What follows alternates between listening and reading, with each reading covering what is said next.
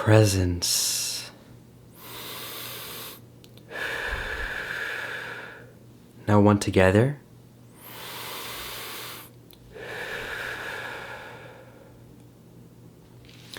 What is vibing? This is Vish.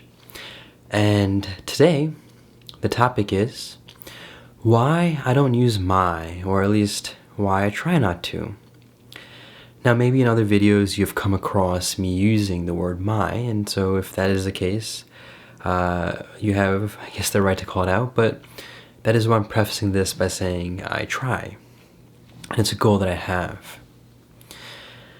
Now, it might seem a little bizarre as to why I don't say my, and what do I use as a replacement for it, and I'm going to first start off by talking about the little brief history. Talking the now, not living in the past, but just explaining how it arose. So I was reading, what was it? It was actually not even reading, it was listening to the podcast of A New Earth by Eckhart Tolle. And it was in conjunction with Oprah. So it wasn't an actual podcast of the book or like an audiobook. It was just him going over the book, kind of at a very high level, as well as explaining certain things. It's beautiful. It's actually on the Apple Podcasts application if you have an iPhone. And so Oprah will beautifully go through that with him, ask questions, reflect, and it's also really cool because people call in. It's like a live thing. I mean, it's recorded now, but it's a live thing where as they're doing this, people call in, ask questions, and it's very interactive, which is beautiful. So, he talks about the formation of the egoic mind. You see, the egoic mind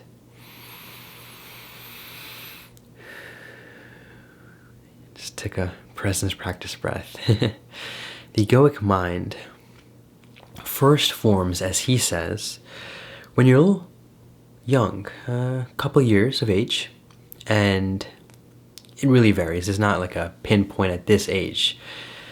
But where it forms, where it can be seen and observed, is where a kid, for instance, this could be even you, so you could maybe relate to this, and it's all about being, let's just say, a couple years of age, you're getting your first toy, and your toy's taken away from you. And then maybe at this point you're able to speak, and if you can't speak, it's maybe a subconscious thing that's being talked into your mind, the egoic mind that is, and you essentially cry out, "Give me back my toy." You see, why the kid cries is really just because the kid has formed an unconscious attachment towards that toy, an identification towards that toy. Essentially, that toy has become a part of the person's identity or the kid's identity. And so by you snatching away the toy, whether it's you as a parent because the kid's not listening or because you just need it, or whether it's another kid that's just happening to trying to share the toy, doesn't matter. The point is, the reason that reaction occurs is because of the unconscious attachment leading to the unconscious identification with that toy. It's literally, as Eckhart says, it's like taking a part of the body away. Imagine, this is an extreme example, but just for the example of this, a finger was taken off, right? And that would be extremely painful. And just for the sake of this example of what I'm trying to go, I appreciate you listening to this kind of extreme example, but imagine someone just takes it off, right, from you, pulls it, whatever. Yes, you're going to be in extreme pain and anguish because, one, there's an identification to that body, but two, you might even question, like, why did you take my finger away, or whatever it might be. And you see, it's because of that identification. And so this is interesting. To make a quick side pivot, I've actually been reading Karma, not here at the moment, by Sadhguru.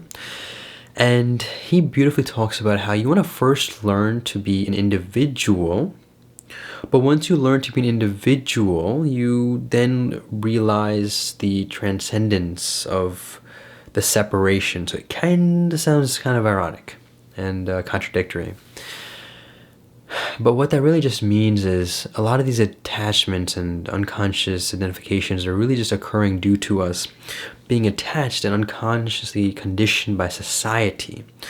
So really were thinking a certain way, having these beliefs, whether it's religious or cultural or societal background, and that in turn will cause for the formation of an identity. And you're essentially not an individual, you're just representing the society. So essentially, being an individual first means becoming conscious of how you are not a part of the unconscious, really. So it's like a triple layered cake, as you all might already know. So top layer is where you're essentially thinking you're individual, but like really your individual is just an attachment, unconscious attachment and reflection of the society that you live in and the background and the history that you come from. So that's really that. So with that being said, when you transcend that, the middle layer is where you realize that you're actually not a part of the masses, or you're not the society, you're not the religion, you're not this and that, and that's the middle layer. But then the bottom layer of this cake is realizing that you're actually one with it all, one with the awareness, right? It's not one with the unconscious, but one with the awareness. So that is why realizing that you're an individual is kind of necessary in this transition of the transformation, of the transcendence into these different dimensions. So anyways, with where I was going with that is whenever you're unconsciously using even certain words, it's a part of the English language, or even maybe other languages like the background that I have, which is Kannada, saying things like Nan Henti, which means my wife, Nan Maga, my son, Adu Nandu, which means that is mine. It's kind of very commonly and in a way unconsciously overused. So what I've been practicing is this middle layer of the cake. So I will be making another video. Actually, I just thought of this too, which is a quick pop, so bear with me. I want to take this note down. More than bear, I'll probably just rephrase that into saying don't mind me as I make this quick note, because I had this pop.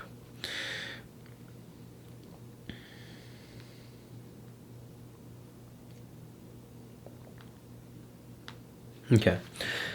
So, I mean, to quickly, briefly explain what I just took down as a note, because you patiently waited and you were just present, at least I hope. I kind of, in this middle layer, stopped using the word my, and I'll explain a bit more as to why. And you're probably understanding why already, but just will further explain if you haven't already connected the dots. Excuse me, I am about to burp. Excuse me. So there was a point to where I was even saying the self instead of saying myself. Excuse me. So that's the note I took down, which I'll talk more about in another video. Anyways, where I was going with this was I've stopped using the word my.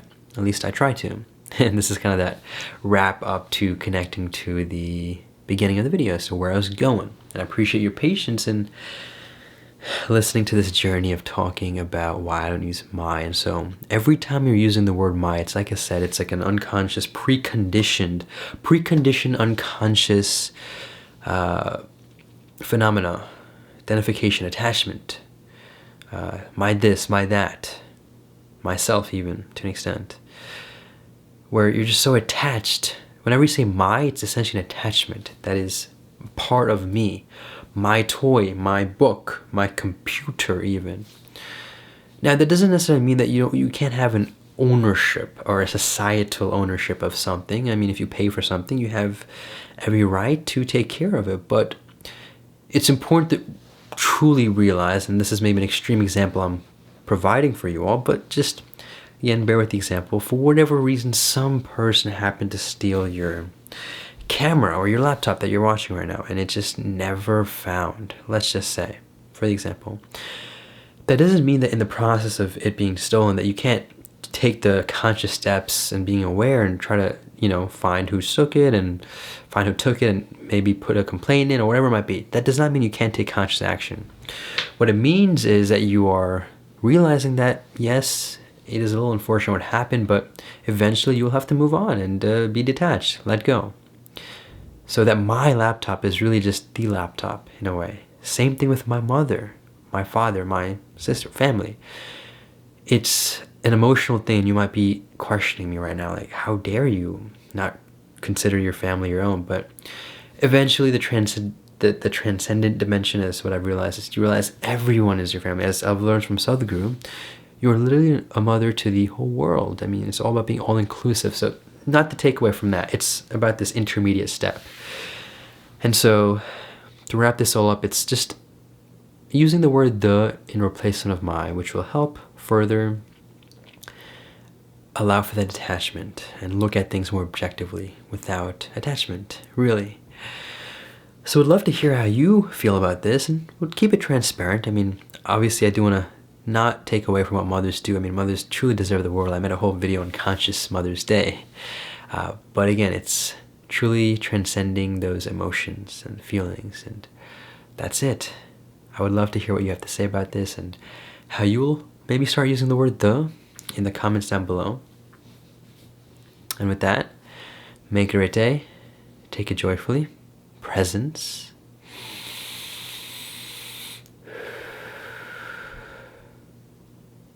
Stay conscious.